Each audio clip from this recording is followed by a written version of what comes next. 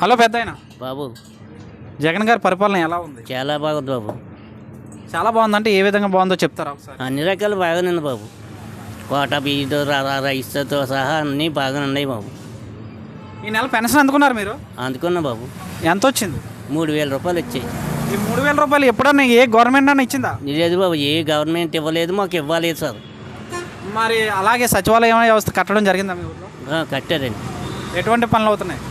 చాలా మా ఎండిన పని ఏదైనా ఏది కావాలో అదే చేస్తున్నారు బాబు. వాలంటీర్లు ఉన్నారు కదా, వాళ్ళ వల్ల మీకు ఎటువంటి పనులు జరుగుతున్నాయి? మాకు ఏవి కావాలో అయ్యే చేస్తున్నారు బాబు. అవి పెన్షన్లు ఇంటింటి తెచ్చి ఇచ్చేస్తున్నారు బాబు.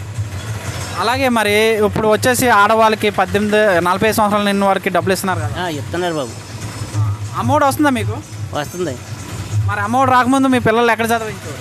స్కూల్లో చదివించాలి బాబు. వాళ్ళు కింద మీద పడేవారు, చదువులు కూడా బాగుండి గది వస్తారు.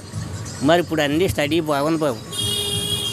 అలాగే ఇప్పుడు నెక్స్ట్ ఎలక్షన్స్ వస్తున్నాయి కదా, మరి అటు పవన్ కళ్యాణ్ చంద్రబాబు నాయుడు ఒకటే వస్తున్నారు, ఇటు జగన్మోహన్ రెడ్డి గారు ఒకరు వస్తున్నారు, ఎలా ఉంటుంది? వాళ్ళు సంగతి మాకు తెలియదు బాబు. మాకు జగన్మోహన్ రెడ్డి మరీ రావాలని మేము వాళ్ళకి ఆయన కోరుకుంటున్నాం. ఆయనే వస్తాడు అని మేము ప్రార్థించుకుంటున్నాం బాబు. అంటే ఇంతకుముందు జన్మభూమి కమిటీలు ఉండే కదా, ఆ కమిటీలు ఉన్నప్పుడు ఓన్లీ తెలుగుదేశం వాళ్ళకి ఇచ్చేవారు అంటున్నారు, మరి ఇప్పుడు వాలంటీర్లు అలా చేస్తున్నారా? వాలంటీర్లు ఏమీ అలాంటి తప్పుడు పనులు ఏమీ చేయలేదు సార్. చాలా బాగా చేస్తున్నాం. అన్ని పార్టీ వాళ్ళకి ఇస్తున్నారా? అన్ని పార్టీ వాళ్ళకి ఇస్తున్నారు.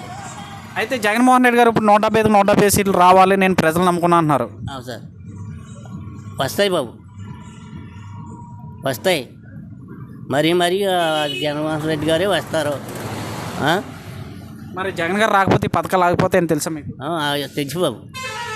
రాకపోయినా పర్లేదు, మేము జగన్ బాబునే గెలిపిస్తాం. ఎందుకని? మాకు మంచి పనులు అన్నీ చేస్తుండే కాబట్టి, మాకు చెప్పిన పని చేస్తుండే కాబట్టి.